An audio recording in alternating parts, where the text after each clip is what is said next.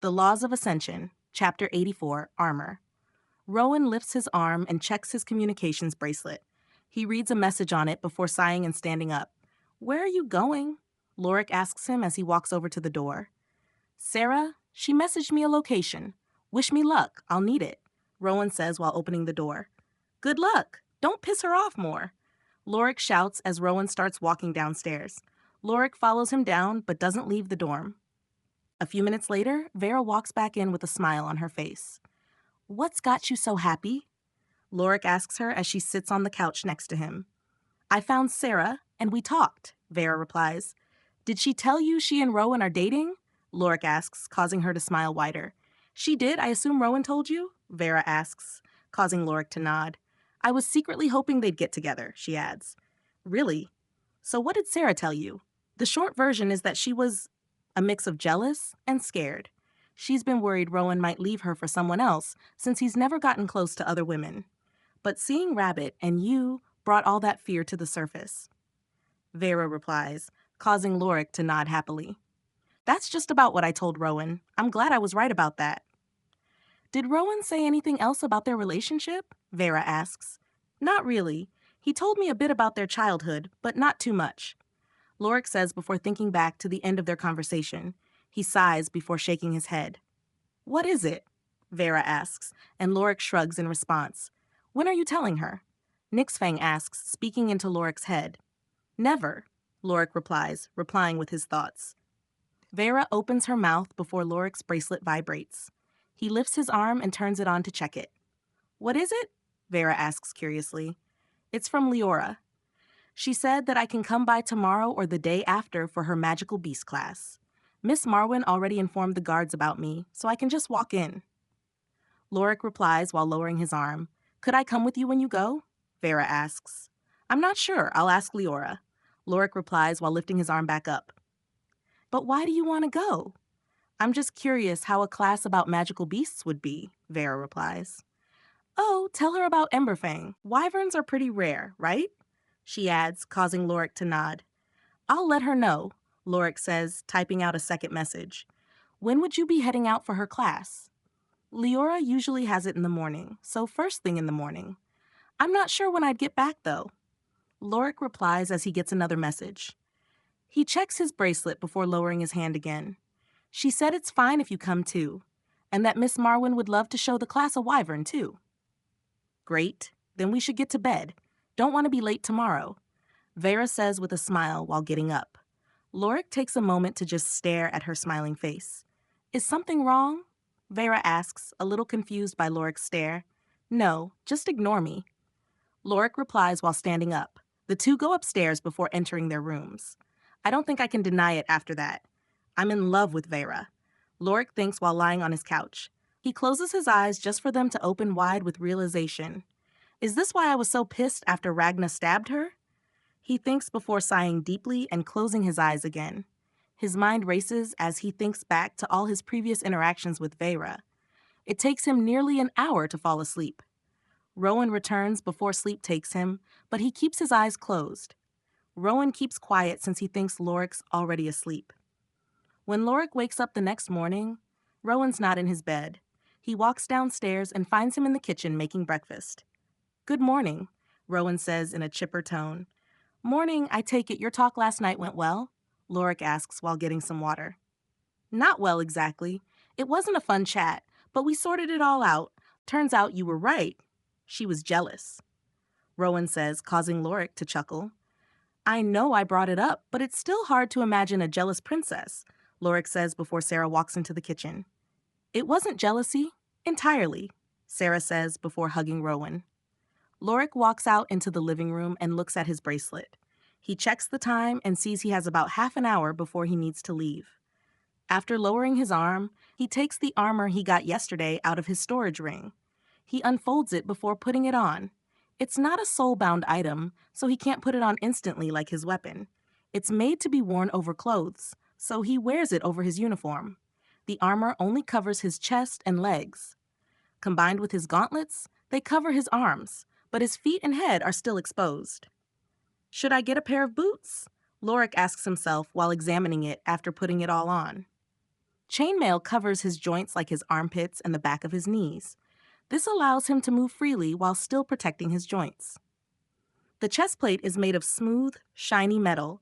There are no designs or carvings in the armor. Metal plates cover his legs.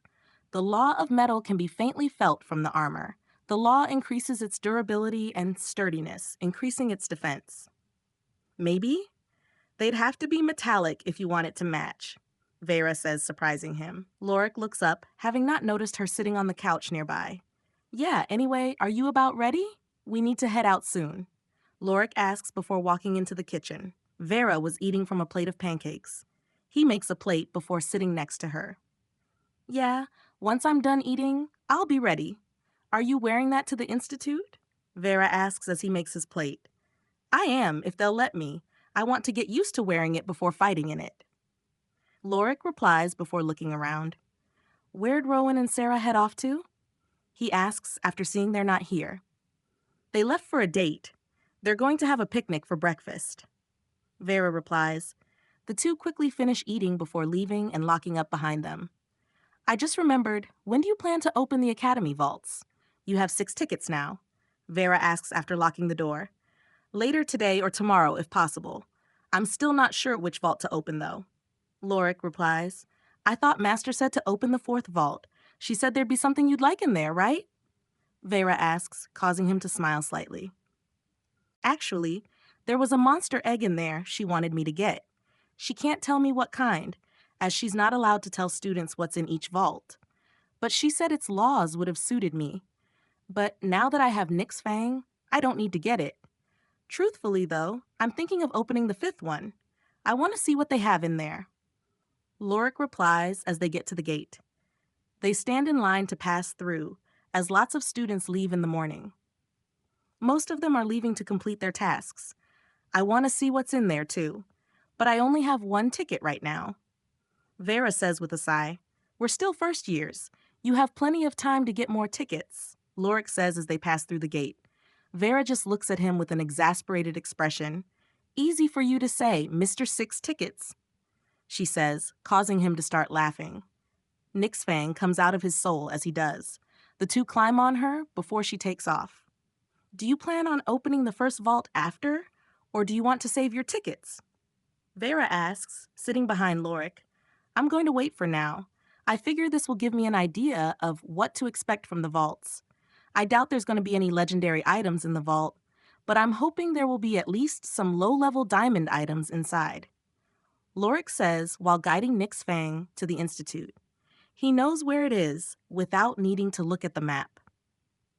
Nyx Fang stops when they get to the gates of the Institute. Students are entering the gate and slow down to watch Nyx Fang. Lorik and Vera climb off before getting in line. Nyx Fang stays out and doesn't return to Lorik's soul. The guards are more bothered by Lorik's armor than Nyx Fang, so he has to take it off to be allowed to enter the Institute. So much for getting used to it today, Vera says, after Lorik's taken it off.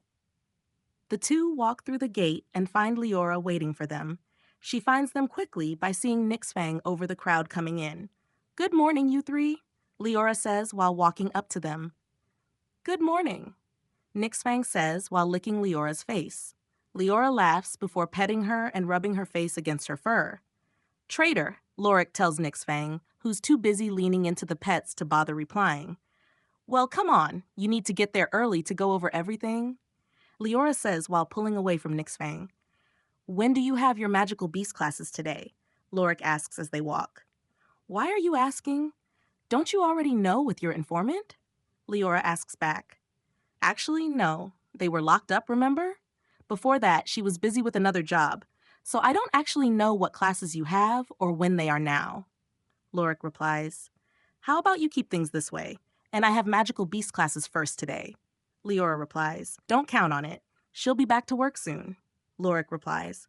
How exactly does she do her work here? Does she spy on the place from outside? Vera asks before Lorik stops.